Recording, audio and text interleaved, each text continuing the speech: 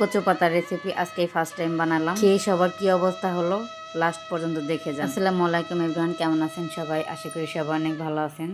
চলে আসলাম আজকে সকাল সকাল কচু পাতা নেওয়ার জন্য। আজকে ভাবলাম যে কচু পাতার একটা রেসিপি করি।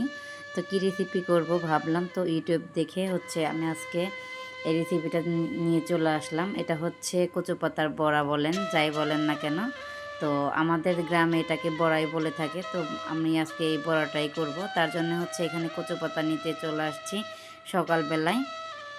তো আমার বাসার পাশেই এই কচু বাগান। তো আমি কচু পাতা নিয়ে এখন চলে যাব। আর আমি কিন্তু বেছে বেছে কচি কচি কচুর পাতা নিয়ে এলাম। এখন চলে যাচ্ছি বাসার উদ্দেশ্যে। তো বাসার পাশেই কিন্তু আমি কচুর পাতা নিতে আসছিলাম। তো এখানে আমি একটা হাঁড়ি নিয়ে নিলাম। এখানে নিয়ে নিলাম মসুরির ডাল, তার সাথে দিয়ে দিলাম কিছুটা চাউল।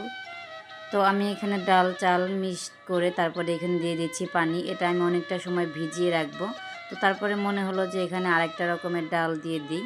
তো সেই জন্য আমি এখানে মুগ ডাল দিয়ে দিলাম। 2 রকম ডাল আর চাল মিক্সড করে আমি এটাকে ভালো করে ভিজিয়ে রেখে দিয়েছিলাম। এখন আমি শিলপাটাতে বাটতে চলে আসছি। আমি শিলপাটাতে বেটে নিলাম। তো বেটে নেওয়ার পরে আমি উঠিয়ে তারপরে এখানে দিয়ে দিব কাঁচামরিচ। ঝালের জন্য আপনারা যে কোনো মরিচ দিতে পারেন। তো আমি এখানে কাঁচামরিচ ভালো করে বেটে নেব লবণ দিয়ে। আর কাঁচামরিচ লবণ দিয়ে বাটলে কিন্তু তাড়াতাড়ি মিহিন হয়ে যায়। তো আমি এখানে লবণ দিয়ে বেটে নেওয়ার পরে এখানে দিয়ে দেব পেঁয়াজ আর রসুন। তো আমি আগে থেকে পেঁয়াজ রসুন ছিলে পরিষ্কার করে ধুয়ে রেখে দিয়েছিলাম। তো এখানে আমি পেঁয়াজ রসুনটা বেটে দিলাম। তো আপনারা চাইলে পেঁয়াজটা কুচি কুচি করেও দিতে পারেন, কেটে দিতে পারেন। তো আমি বেটেই দিলাম একদম পেস্ট করে। তো আমি এদিকে কচুর পাতা ধুয়ে রেখে দিয়েছি সামনেই।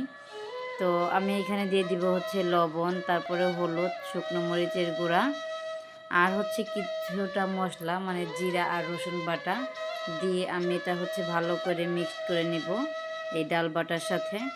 তো আমি ভালো করে মিক্সড করে নিয়ে এখন এইখানে কচুর পাতাগুলো দিয়ে দিব একে একে। তো আপনারা চাইলে এভাবে বাসায় বানিয়ে খেতে পারেন। গ্রামে যারা থাকেন তাদের বাড়ির আশেপাশে কিন্তু সব কচু ক্ষেত থাকে। তো চাইলেই আপনারা সেইখান থেকে কচুর পাতা নিয়ে এই রেসিপিটা করতে পারেন। তো আমি এখানে কচুর পাতা নিয়ে তারপরে ডালগুলো আমি ভালো করে মেখে দিলাম। তো একটার পরে একটা পাতা নিলাম আর ডালগুলো মেখে দিলাম। মানে একটা পাতার মধ্যেই কিন্তু সবগুলো পাতা আমি এখানে বিছিয়ে দিয়ে দিলাম। তো দেখতেই পাচ্ছেন। তারপর আমি এভাবে সুন্দর করে এটাকে মুড়িয়ে নিলাম। তো এখন আমি এটা একটা সুতা দিয়ে আমি ভালো করে বেঁধে দিচ্ছি। এটা এখন আমি সিদ্ধ বসিয়ে দেব। এখানে রাইস কুকারে আগে থেকেই আমি পানি বসিয়ে দিয়েছিলাম। তো পানিটা গরম হয়ে আসছে, তার মধ্যে আমি এই কচুর পাতাটা দিয়ে দিলাম। দিয়ে এখন ঢেকে আমি অনেকটা সময় সিদ্ধ করে নেব। দেখতেই পাচ্ছেন। তো আমার সিদ্ধ প্রায় হয়ে আসছে। আমি একটু উল্টিয়ে পাল্টিয়ে সিদ্ধ করে নিলাম আর একটু উল্টিয়ে দিলাম। তো দিয়ে সিদ্ধ করে এখন আমি একটু ঠান্ডা করে নেব। ঠান্ডা করে তারপরে এটাকে চাকু দিয়ে সুন্দর করে কেটে নেব। তো আপনারা চাইলে যে কোনো শেপেই কাটতে পারেন। আমি গোল গোল করে কেটে নিলাম। তো দেখতে অনেকটাই ভালো লাগছে। আর আজকে এই রেসিপিটা প্রথম করলাম, আগে কখনো করিনি, আগে কখনো কারো কাছে খায়ওনি। তো এটা সম্পূর্ণ ইউটিউবে দেখে আমি আজকে রেসিপিটা করতে চলে আসলাম। তো তারপরে দেখতেই পাচ্ছেন এই যে আমি কেটে নিয়েছি, কতটা সুন্দর দেখাচ্ছে, অনেকটাই ভালো লাগছে দেখতে, কিন্তু খেতেও লোভনীয় লাগছে। তো তারপরে আমি চুলায় একটা তাওয়া বসিয়ে দিলাম। এখানে তেল দিয়ে দিলাম, সয়াবিন তেল। তার মধ্যে আমি একে একে সবগুলো আমি ভেজে নেব। কে কোথা থেকে দেখছেন অবশ্যই কমেন্ট করে জানিয়ে দেবেন। ভিডিওটি ভালো লেগে থাকলে লাইক কমেন্ট শেয়ার করতে ভুলবেন না। আর আমার পেজে যদি নতুন হয়ে থাকেন অবশ্যই ফলো দিয়ে পাশে থাকবেন। আর ইউটিউব চ্যানেল থেকে দেখে থাকলে সাবস্ক্রাইব করে পাশেই থাকবেন।